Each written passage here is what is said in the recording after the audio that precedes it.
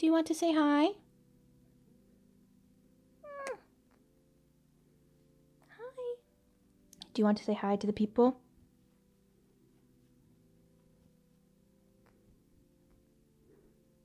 No? Are you camera shy? He's camera shy all of a sudden.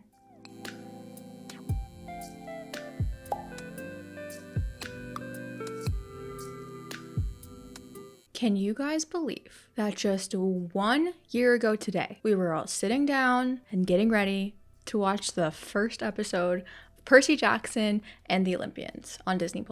I can't. A year? Are not broken. Oh. You are singular. You're a miracle. And you are my son. Hold fast. Dude. Brave the storm. Dude. I love you.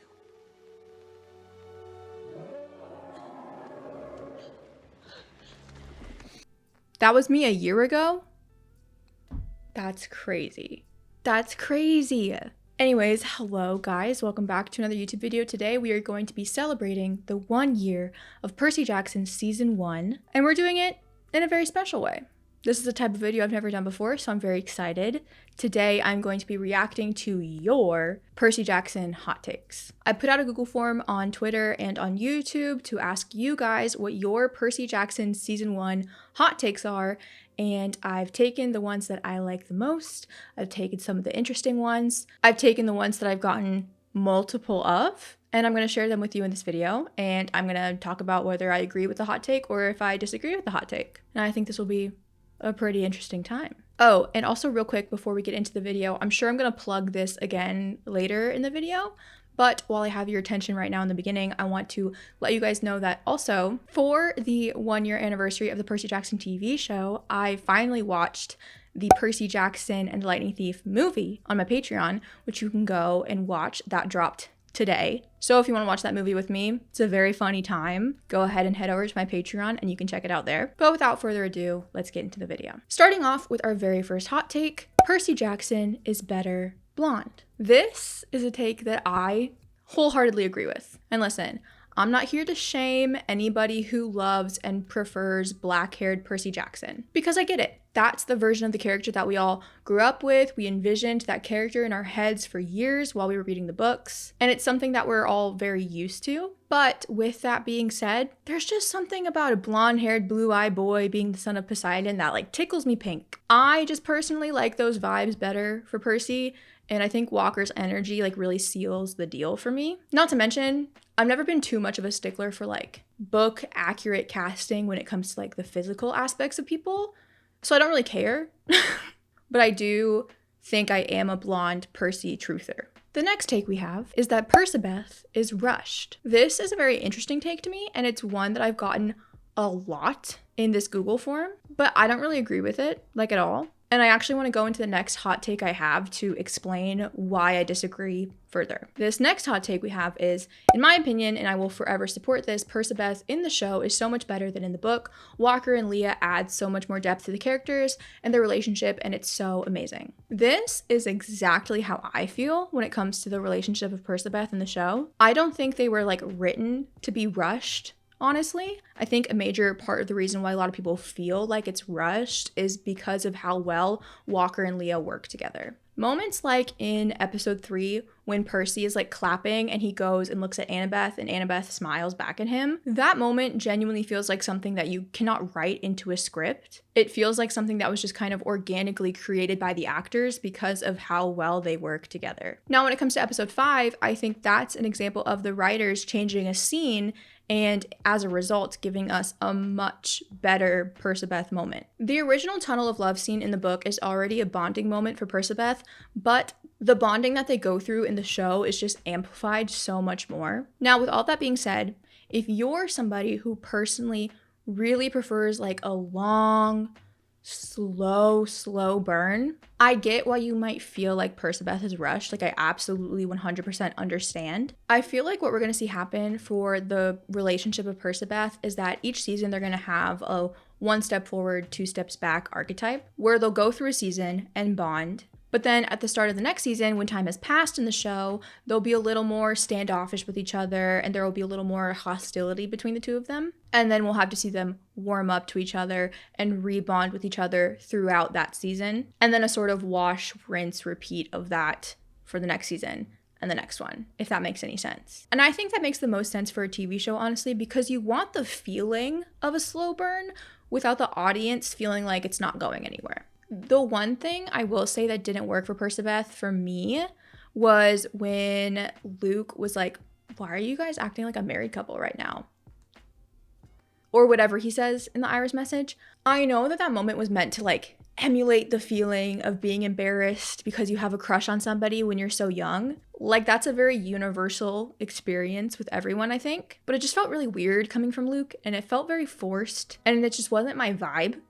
That comment maybe might have flowed better if it came from Grover, but coming from Luke, it just felt really weird, and I didn't like that. That's like the only thing that kind of made me cringe a little. But yeah. Those are my thoughts on Percabeth. Moving on to the next hot take. I think the show did better at characterization, character development, and relationships than the book did. Guys, I think I also have to agree with this. And I think one of the best examples of this is the character of Luke. Instead of him feeling like just a straight up villain, like especially like how they make him in the movie, in the show there's just so much more depth to his character. And I feel like there's so much more depth to his character in season 1 than there is in book 1, if that makes sense. And I think this is thanks to both the writing and also Charlie's portrayal of Luke. I think he's so much more complex in the show. And as the seasons go on, I think that there's a real chance that a lot of viewers are going to be seeing Luke's side and possibly even agreeing with him.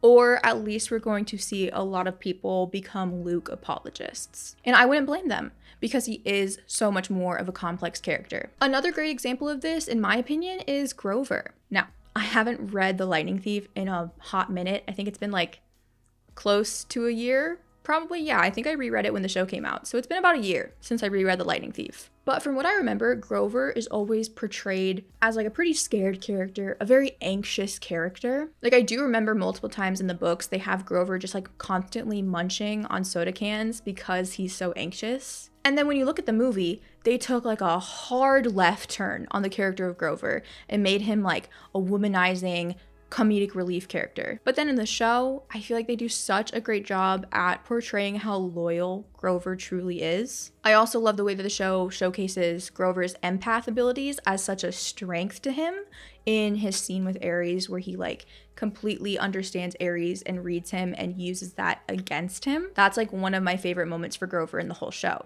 They also establish Grover's connection to nature really well, and they lay the groundwork for that in season 1, which definitely will become important as the show continues. And last but not least, I also think that the show did a much better job with the development of the gods and making them much more complex characters. She's not a god, but the Medusa episode in the show is like one of my favorite episodes of season 1 because of how much they really go into detail about Medusa's relationship with Poseidon and Athena. Not only did that add a lot to Medusa's character, making her more than just the average villain that she's normally portrayed as, but it also gave us a lot to think about when it came to Poseidon and Athena, and honestly just the gods in general. They then went on to give us a really great scene between like Sally and Poseidon, and that showcased a much more gentle side to Poseidon, the side of Poseidon that cares deeply for Sally, that cares deeply for Percy, making Poseidon a very complex character in the show. So overall, I feel like the show did give us much better character development and in turn gave us way better character relationships. And let's keep all this in mind as we go into the next hot take that we have. My only true gripe with the show is that Annabeth being there for the betrayal would have hit harder if we actually got to see her and Luke interact more throughout the show or one-on-one.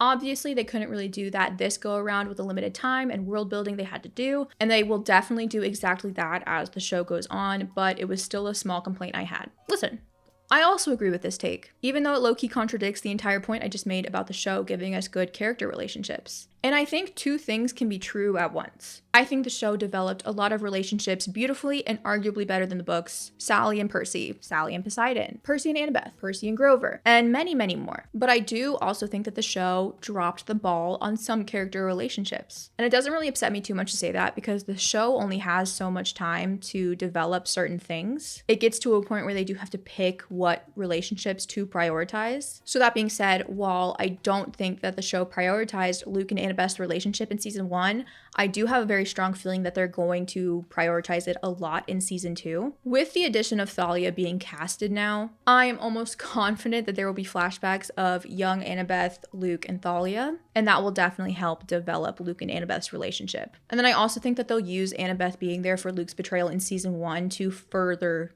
the complexity of their relationship as the show progresses.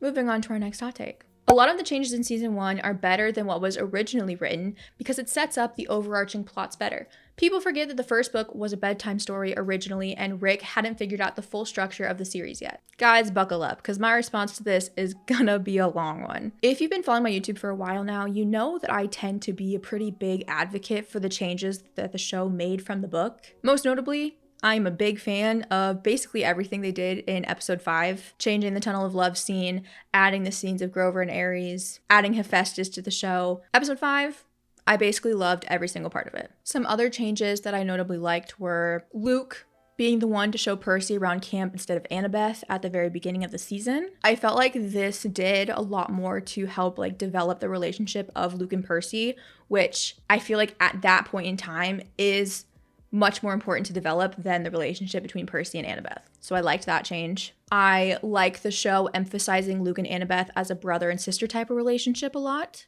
I thoroughly enjoyed the changes they made to the entire episode with Medusa. How Percy choosing to give Medusa a chance ties into his relationship with Sally and really shows the way that she raised him. How Medusa is explored as a much more complex character instead of just assuming the villain role that she normally does. And how the fight scene at the end of the episode is a little bit more horrific for the trio instead of just being fully action-based. I liked that a lot, honestly. I actually think the scene could have leaned more into a horror movie type of vibe to make Medusa even more terrifying and to help remind us that these are kids that are on this quest, but hey, what can you do? I absolutely adored the flashbacks that we got of young Percy and Sally. I think that added so much to their relationship. Sally in the books was a character for me that was kind of just always there, right? I liked her and I thought that she was a great mom, but she didn't really stand out to me as a character until the 5th book. But in the show, Sally very quickly became one of my favorite characters. And I know I keep using this word, but the flashbacks just added more complexity to her and made her character feel like more than just Percy's mom. I also really liked the addition of Hermes into season 1, specifically in episode 6. In fact, honestly, I think the only part that I liked about episode 6 were the scenes that involved Hermes.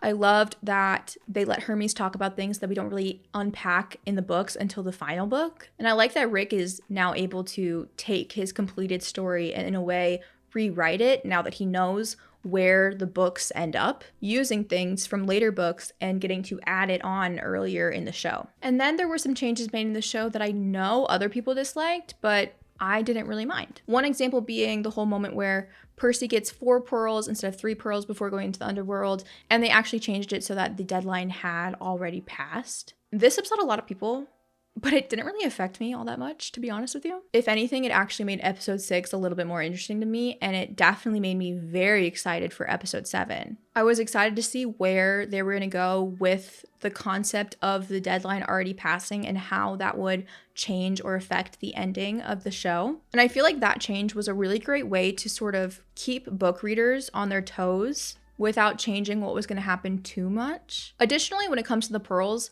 in the book, it honestly never really made sense to me in the first place that Poseidon wouldn't give Percy enough pearls to get him, all of his friends, and his mom out from the underworld. So I actually liked that the show changed that. Again, if you've been following me for a while, you also know that you literally could not pay me money to care about the Krusty scene. And therefore, I did not care that they changed it from the book at all. I actually could not care less. I do not care about that scene in the book, and it could have been cut from the show. For all I care, wouldn't have affected me in the slightest. I did, however, actually like that they added a backdoor entrance to the underworld in Krusty's shop. I feel like that actually gave them a reason for going to Krusty's. Whereas in the book, I think Rick just like has random people chasing the trio so that they have to go into Krusty's store. And that just feels wholly unnecessary and pointless to me. But hey, what can you do? There were also some changes made that I didn't necessarily like, but they definitely don't ruin the show for me by any means. For example, something they did often was have the trio be aware that they were walking into a trap before they walked into it. Sometimes when this happened, I didn't really mind. For example, the kids putting together that they were walking into Medusa's lair before they actually walked in didn't bother me. In fact, I remember reading The Lightning Thief and actually being irritated that these characters were not putting together that Auntie M's and all of these stone statues around them had something to do with Medusa. Like, I remember being genuinely annoyed with the characters in the book when that was happening. Like, you're demigods. You need to be aware of your surroundings. So I was glad that the show had them do that. However, there were other times that they did it where I didn't really care for it. An example being the Lotus Casino scene. But that really shouldn't be a surprise to anybody considering I have constantly stated that episode 6 is my least favorite episode of the show. I also think they could have gone a little bit harder on Gabe being a giant piece of crap. Similarly to the point that I made about Annabeth and Luke's relationship, I think the show had to pick what characters and character relationships to prioritize, and Gabe was not one of those characters. And I do have a lot more to say on Gabe, but there is a hot take later on that I will be going into more detail about his character, so I'll save it for there. This was a very long response to the original hot take, so I want to leave you with this quote from John Steinberg in an interview for season 1 when he was asked how much the show was going to be changing from the book. About 1 million changes, and you hope that almost all of them are invisible. These are very different mediums, and I think they tell stories differently. And so I think you have to embrace the idea that everything in the book is going to have to find a different form to inhabit in order to be something I'd want to watch on screen. Mwah. Beautiful quote. Could not have said it better myself. Moving on to the next hot take. They either need longer episodes or more episodes. Look, I've said it before and I will say it again. I don't think it's a coincidence that my 2 least favorite episodes of season 1 happen to also be the episodes with the shortest runtime. And although Sea of Monsters is a shorter book compared to The Lightning Thief, I have recently realized how much is genuinely jam-packed into that tiny, tiny book. And a 30-minute long episode is just not enough for everything that they have to do and unpack in season 2. I'm sure there's a lot of reasons why some of the episodes have shorter runtimes that we as people who don't work in the industry can't understand. Maybe it's a budget thing. Maybe it's Disney who's actively limiting the amount of episodes or how long the episodes can be. Maybe it's the directors. Maybe it's the writers. We don't really know every single thing that goes into it. So that's why I personally don't normally complain about the runtimes or the amount of episodes because I don't think it's something that can like easily be changed. However, I do agree with this take and I do hope that season 2 has episodes that are like 40 to 50 minutes long each. The next hot take we have. I think the fandom uses the show is for kids as an excuse for every issue with the show, coming from someone who enjoyed it. Kids don't deserve to be deprived of quality content. There are things that the show could improve on. If longer episodes would distract the younger audience so much, then maybe we need to start focusing on an older age range because the pacing that they've managed with the 30-minute episode outline is just not doing the story justice. But honestly, I think 40 to 50-minute episodes can be enjoyable for all ages if you're telling the story well enough, and that's what PGO TV needs to focus on. So this just kind of echoes everything I just said with the last hot take, and once again, I agree. However, I personally wouldn't describe the show as made for kids. If somebody asked me, I would probably describe the show as kid-friendly instead, which I know sounds like the same thing, but they're not. Let me explain. Kid-friendly is implying that like kids can watch it, but adults can also easily enjoy it and be into it, as opposed to just being made for kids, right? And kind of to the point that the hot take is making, kid-friendly does not mean that it has to be watered down at all. And I'm hoping that the show realizes this and steps into like a more mature vibe as it goes on. And I do think that it will because I genuinely anticipate that the show is going to grow with the actors. So as the actors grow in age, I think the show is going to grow in maturity. And I think that makes sense.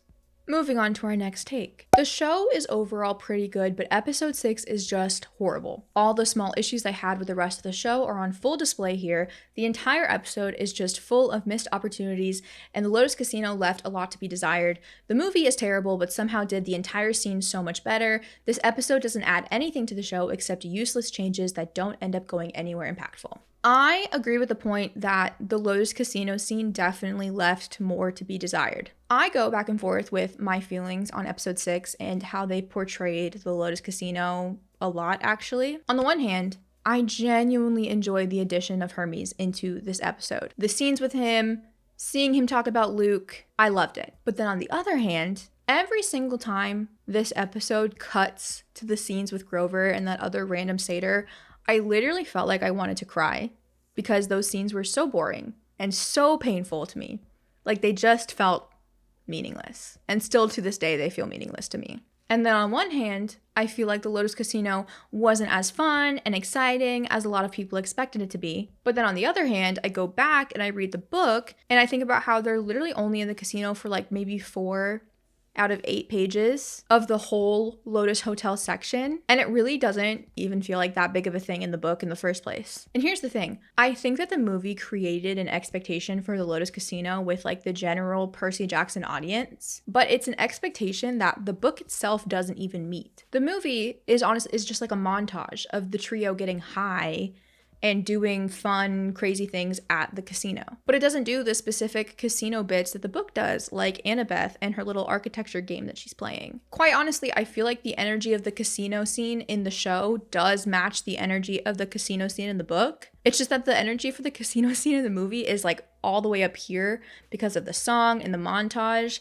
I think things kind of just got like jumbled around and people forget like how low-key the casino scene actually kind of feels in the book, to be honest. The one thing I will give the movie over the TV show, though, is when Percy walks past that Darren guy playing the French Connection game and he realizes that Darren has been stuck in the casino since the 70s. I don't hate the way that Percy in the show realizes that time has been passing faster than he thought because Hermes tells him, because in the movie, Percy only realizes that something is up because Poseidon speaks to him in his head. So neither of them got the idea on their own in the way that Percy in the book does, right? However, I do think seeing Show Percy realize that other people were stuck in time in the casino would have made the realization a lot better and it would have felt a lot more gratifying. Especially because the show spent so much money on all of those extras and so much money on putting those extras into costumes for different decades. Like, a lot went into the casino scene in the show. So I just think they should have done more with that instead of focusing so much on Grover and that other satyr, which once again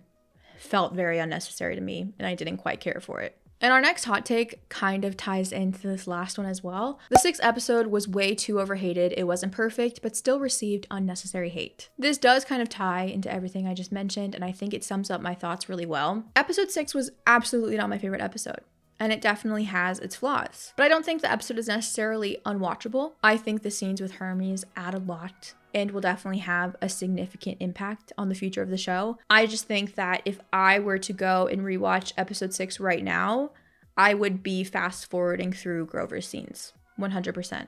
Sorry. This next hot take is actually the craziest hot take that I have written down. I don't think Poseidon, Toby Stevens, is as hot as everyone seems to think. Me when I lie. Moving on. I think people are overdramatic about their criticisms of season 1. The adaptation was not ruined by any changes made in the first season. Actually, any genuine constructive feedback that was provided by fans seems easily fixable for the later seasons.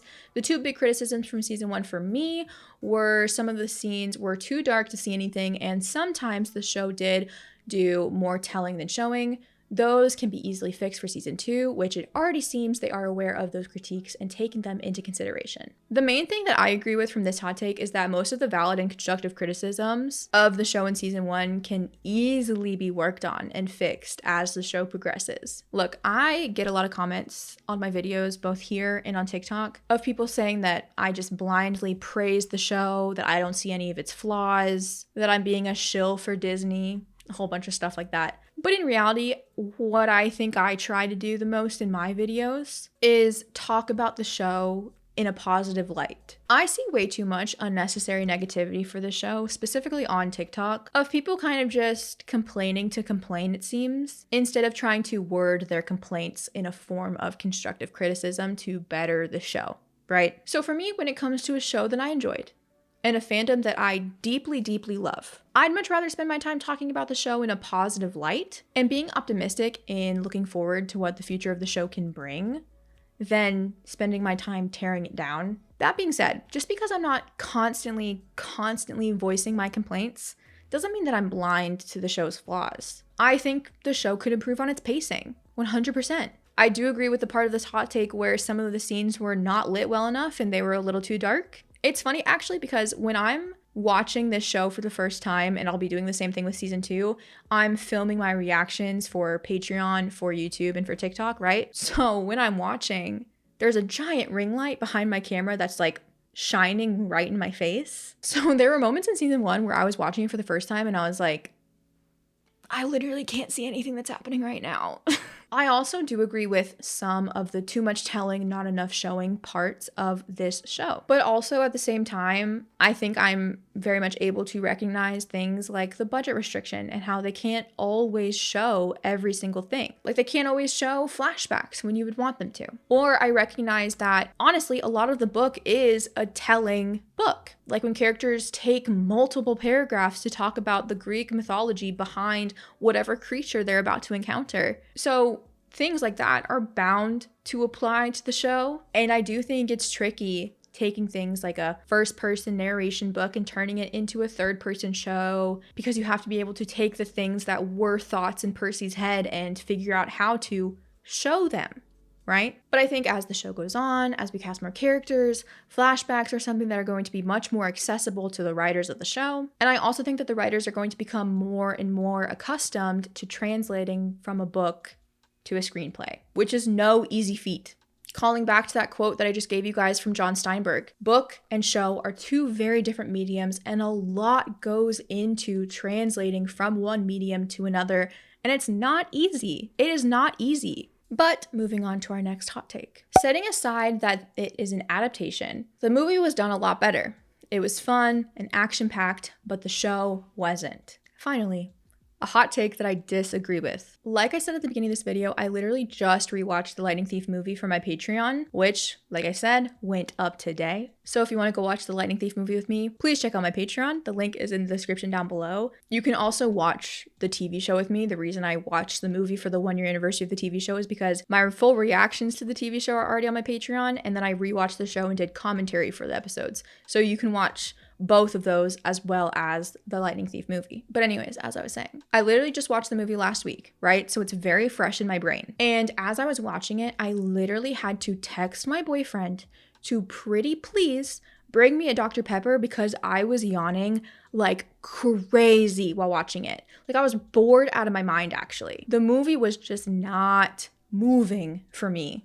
But that's just how I feel personally. Look, if you follow me here, you follow me on TikTok, follow me anywhere, my feelings for the Percy Jackson movies are not a secret. I don't like them. I don't think they're good. I am not their biggest fan. But I can understand where this person is coming from by saying that the movie is more fun and action-packed. And I think that mostly stems from the vast difference in the runtimes between the movie and the show. The movie only has about 119 minutes to get through the entire Lightning Thief story, whereas the TV show has about 318 minutes. The movie has to be very go, go, go, and they have to be able to get their characters from one location to the next to the next. Whereas the show actually does get the luxury of being able to stop its characters within a moment and take the time to expand on certain scenes. Now, does that mean that the show always did a good job at stopping their characters and expanding those moments?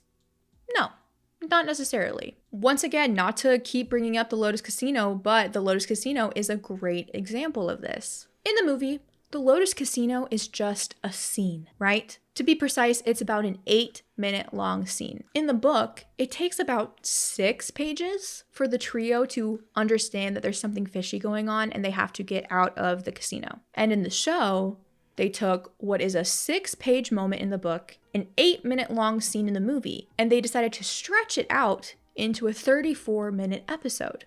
Give or take, because they're not in the casino the whole time, but you know what I mean. They turned that scene into a whole episode, a 34-minute long episode, which, by the way, is one of the episodes with the shortest runtime out of the 8 episodes. And yet, when you watch it, there are moments that just drag and feel very boring, right? So while the show gets what I consider to be a luxury of you get to stop for a minute and you get to expand certain scenes, they're not always the best at it. Sometimes, though, the scenes that they do expand are incredible. Like, for example, in my opinion, the Medusa episode, right? I think they got to stop their characters and they got to expand on that moment, and we got to explore the character of Medusa since they expanded it, and I think that that worked really well for them. All that being said, I can see why the movie feels much more fast-paced to some people. That's because it is. Because it has to be. The show has time to slow the pace down, which I personally prefer, but I do think the show can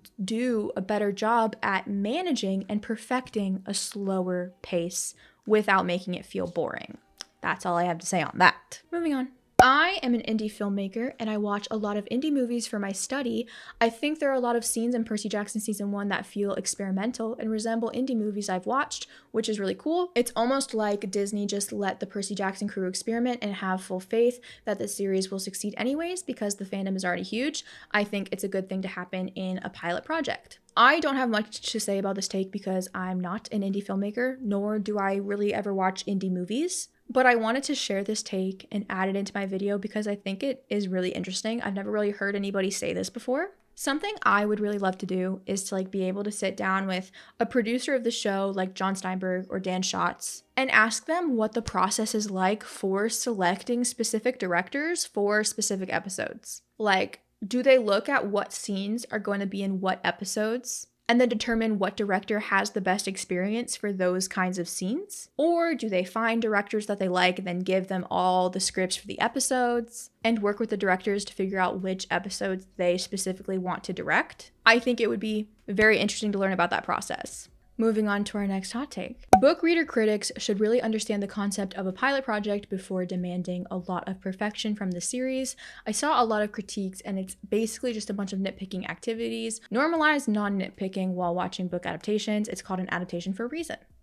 I do agree with this take in that a lot of the complaints that I saw, again, specifically on TikTok, that godforsaken app, felt like mostly nitpicks. And people who just don't really enjoy the concept of an adaptation. A lot of those people seemed a lot more interested in a one-to-one exact replica in just a different medium, which is not possible.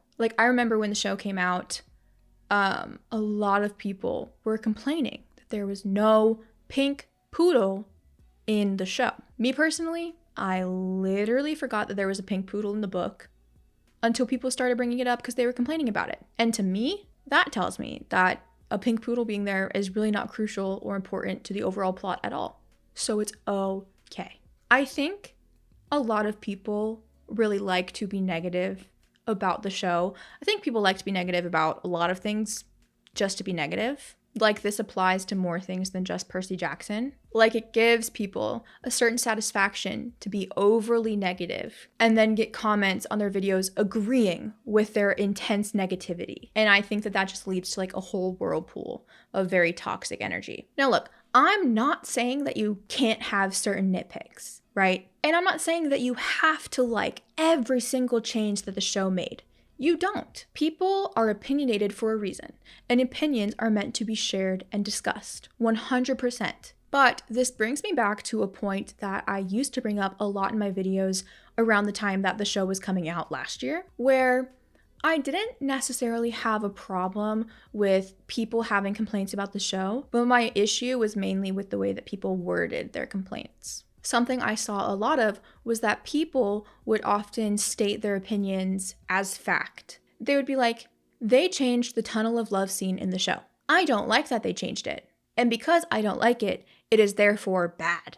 And that's not how opinions work. Or people would just forget that we're fans and not professionals in the business, right? I unironically saw people be like, I rewatched the first episode of the show and I rewrote the entire script by myself. And people in the comments would be encouraging them. They'd be like, oh my gosh, yes, we need you to get into the writer's room. Oh my gosh, yes, thank God. And it's like, writing a script or writing a screenplay is not just something that anyone can do. People go to college for things like this. People have years and years of experience for things like writing a script. You, a random fan on TikTok who is probably not even a high school graduate yet, if I had to guess, are not a scriptwriter. You're not. I'm sorry. We do not need you in the writer's room because you are not a professional. You may not like what the show did, and you don't have to like what the show did. But unless writing scripts is like your professional job, I'm not sure you can really claim that you do a better job than the professionals that are actually in the writer's room. Stuff like that always made me really, really mad.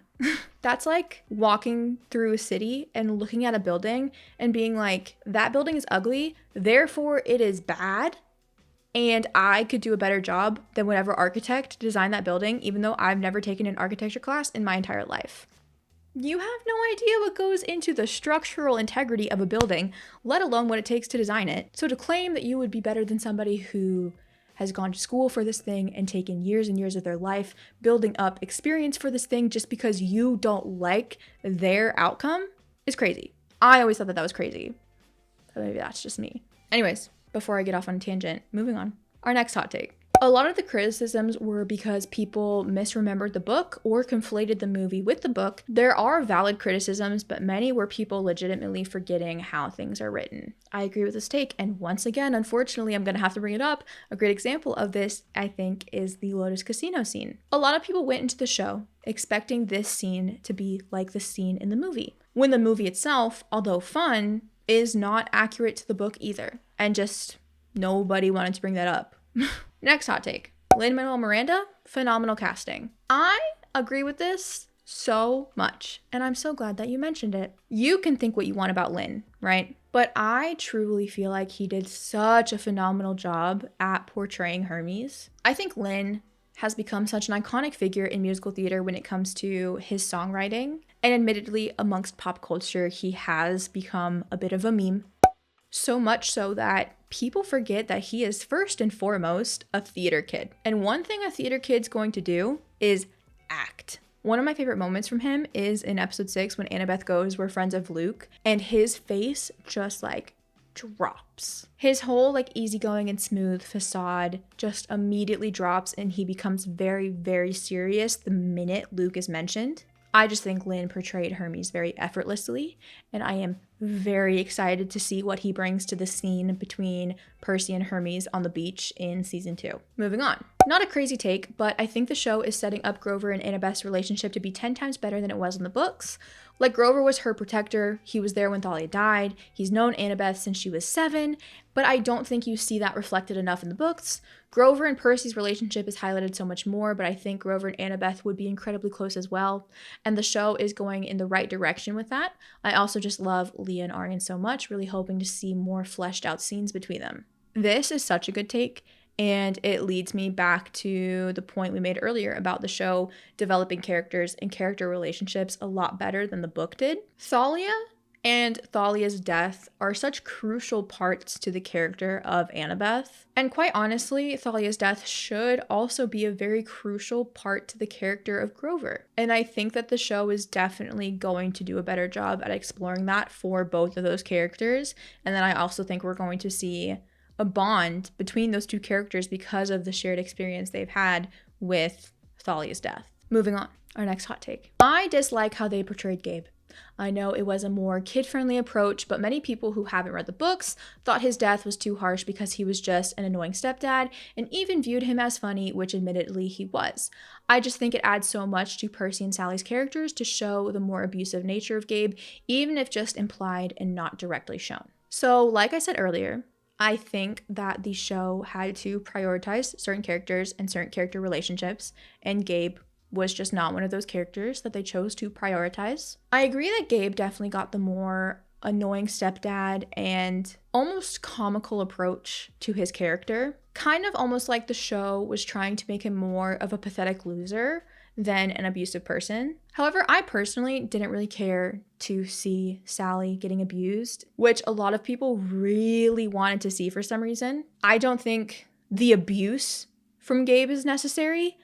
I do, however, think they could have made him a little bit more of a nasty person and a little bit more manipulative. In terms of his death, I actually think the way that they did his death in the show works really well for the way that they portrayed the character in the show. Like in the book, Sally tricking Gabe into looking into Medusa's eyes made sense because she is getting out of an extremely abusive relationship, right? So it works. But in the show, since Gabe is made to be more of like a pathetic loser than an abusive person, him accidentally opening a package that was just in front of Sally's apartment that Sally or Percy did not put out there themselves made sense for that version of the character. It wasn't Sally or Percy actively trying to kill Gabe, it was Gabe's own stupidity that killed him. So while I definitely think they could have done more to make the character of Gabe a little bit more nasty in the show, I do think his death still works within the context of how they portrayed the character.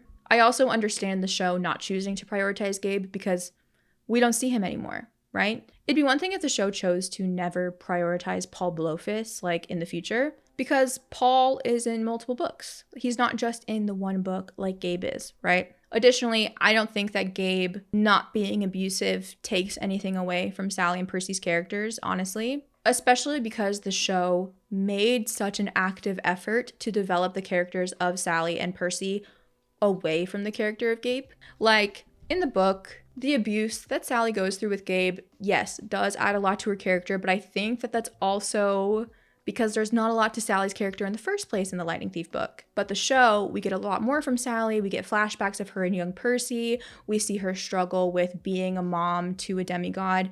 We see scenes of her and Poseidon. There's a lot more development going on with her character that the abuse isn't really necessary to her character anymore. We see her go through different hardships in the show, and it works just as well. Next hot take. I feel like the characters are way smarter and more mature in the show than they were in the book, where sometimes they would act ridiculously dumb, even for 12-year-olds. And I think that that might have to do a lot with the way that kids used to act back in the 2000s versus now.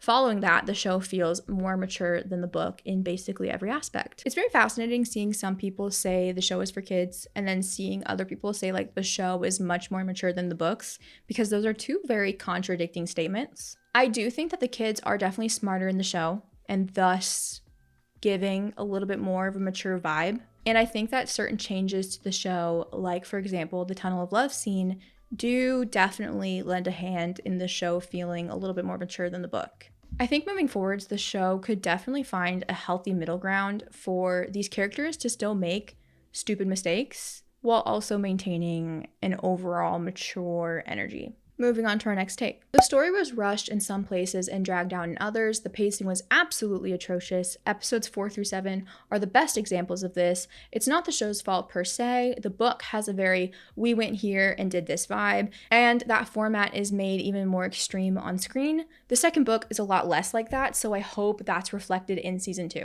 This is such a good point to the topic of the pacing of the show. I remember realizing this last year when I reread The Lightning Thief while season 1 was coming out. The book itself doesn't really feel all that well paced either, to be quite honest with you. Like the hot take says, the Lightning Thief book definitely has a we go here and do this, and then we go here and do this archetype to it, which can definitely be difficult to do in a visual medium. I think the Sea of Monsters has a little bit of that same archetype to it, but by the end of the book, it deviates from the normal ending that you would expect the book to have. And then as the books go on, I think each book gets a little bit better in terms of how it paces. So I think that that will be applied to the show.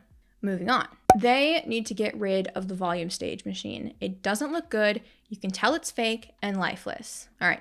So here's a take that I half agree with and I half disagree with. I agree with the fact that I do think the volume screen can go. And I think this way with a lot of Disney Plus projects. Honestly, this isn't just about Percy Jackson. I think on location and practical sets are always the way to go when it's within your means. That being said, I also don't necessarily think that the volume screen always looks bad. And I do think that it's a really fantastic piece of technology to use in areas where you can't really manage on-location filming or building a practical set. For example, The volume screen was used for the interior shots of the Met in the first episode of Percy Jackson, and I had zero idea that they used the volume screen for that until I watched the behind the scenes documentary. I think it looked good. And also, while I agree with the fact that I would much rather prefer for them to film on location as much as possible, I can't help but think about a certain movie that's currently out right now and how everyone is just in an uproar over how bad the lighting is in this movie, or how colorless it feels, or how lifeless it feels when those sets were built practically and they were filmed on location and used natural sunlight. I wouldn't put it past the Percy Jackson fandom to get on location scenes or to get practical sets built for season 2 and then complain that the sky looks so dull compared to the sky when Percy is fighting Ares in season 1. Or to complain about the lighting in a scene when they filmed it on location and it's much harder to control sunlight versus lighting in a soundstage. Long story short, I am anticipating more practical sets and on location filming for season 2. I'm anticipating, because they got a budget increase, like it's going to look better. And I don't think they're going to be using the volume screen as much, if at all. And I'm very excited for it. Moving on. Poseidon's brief appearance was the best part about season 1. Now, it's no secret that I love Sally and Poseidon. You guys know this. And it's also no secret that I'm very obsessed with the casting of Toby Stephens, so I might be inclined to agree with this hot take a little bit. Maybe not the best part of season 1, but at least a top 3 moment. Next hot take. I don't know how crazy this is, but the only thing I really miss from season 1 is the more magical elements, specifically nectar and ambrosia, because I feel like it would have been an easy thing to add in, but I'm curious to see if it'll be involved in season 2 and explained to Percy, or if it'll just be an off-screen thing like the iris messages. I am also very curious about when or if small things like this will be trickled into the show. When it comes to things like the nectar and ambrosia, or like Percy being able to talk to horses, for example. These are such small things that I didn't even really realize that they were missing when I first watched the show, but they were definitely something I realized was missing in the weeks after as I thought about the show, right? I'm not sure when or if nectar and ambrosia will be introduced into the show. I imagine they'll definitely mention it at some point though. And when it comes to Percy being able to talk to horses, I think that's definitely something that's going to be discussed in season 2 when it comes to the hippocampy. And if not in season 2, they are definitely going to bring it up before Blackjack becomes a primary character of the show. Next hot take. I wish they would call the pen/sword Riptide instead of just being like, Percy, your sword. I absolutely agree with this take as well. One thing I do actually quite like about the movie, savor this moment, I don't compliment the movies often, but one thing I do like is that on Percy's sword, Riptide is written in Greek letters. I always thought that that was like a nice little detail. Riptide is so iconic to the character of Percy Jackson. I do hope sometime in the future of the show somebody mentions the sword by name, or maybe we get to see Percy name his sword and he chooses the name Riptide. That'd be pretty cool. Who's to say? I do hope we hear the name Riptide though within the context of the show. Ladies and gentlemen, we have arrived at our last hot take of the video. It's a bit of a doozy. I saved the controversial one for last. Let's be honest, the cast are amazing, but almost all of them are not book accurate physically. Nothing can change the fact that the crap movie adaptation is more accurate in that. Minus the ages, LOL. You guys thought that we were gonna get through a whole video of Percy Jackson hot takes without somebody bringing up what the cast looks like? Of course not. Whenever I see somebody complain about the cast not being physically accurate to their book counterparts, all I can think of is, why does it matter? Why does it matter that Percy has black hair? The only reason I can think of off the top of my head is that Percy has black hair to resemble his father Poseidon, who also has black hair. But since Toby Stephens has similar hair to Walker Scobell, why does it matter? Why does it matter that Annabeth has blonde hair? One of the main reasons that Annabeth is blonde in the book is so that she as a character gets to break from the dumb blonde stereotype. And the dumb blonde stereotype stems from people looking at her and judging her based on what she looks like. Blonde hair equals stupid. So blonde hair equals immediate judgment from others. That exact same type of judgment happens to Black women all the time. And arguably on a much, much bigger scale than white blonde women. Okay? So the effect that the blonde hair has on the character of Annabeth in the books is still applied in the show, but in the form of skin color instead of hair color. It's really not a hard concept to grasp.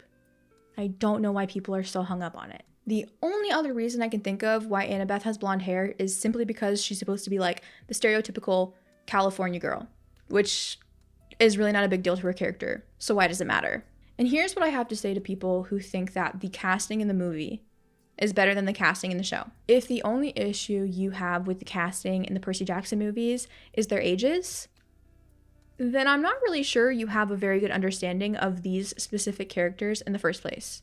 I'm gonna be honest. And once again, if somebody has an issue with the casting in the show purely based on physical appearances, I think that's a reflection of someone's own limited imagination. And perhaps a magical, fictional, mythological TV show might not be the place for you if you're that kind of person.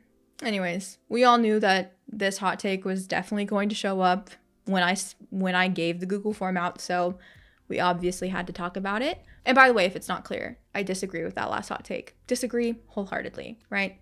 But that does it for the hot takes of Percy Jackson Season 1. If you submitted to my Google form, thank you so much. You guys are the best. I think I got like upwards of 80 responses. So obviously I couldn't answer every single one in this video because then this video would be 4 hours long probably, and that's a lot to deal with.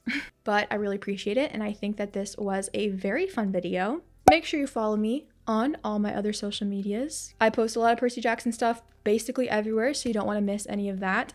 I also do stuff that's not Percy Jackson, contrary to popular belief. I promise I do. Make sure you check out my podcast with my boyfriend, and of course, make sure you check out my Patreon. Like I've mentioned already in this video, you can go and watch the Lightning Thief movie with me on my Patreon right now. It's a very fun time over there, so make sure you go and check it out. The link is in my description down below. And of course, one last time, happy 1-year anniversary to the Percy Jackson series. Love you guys.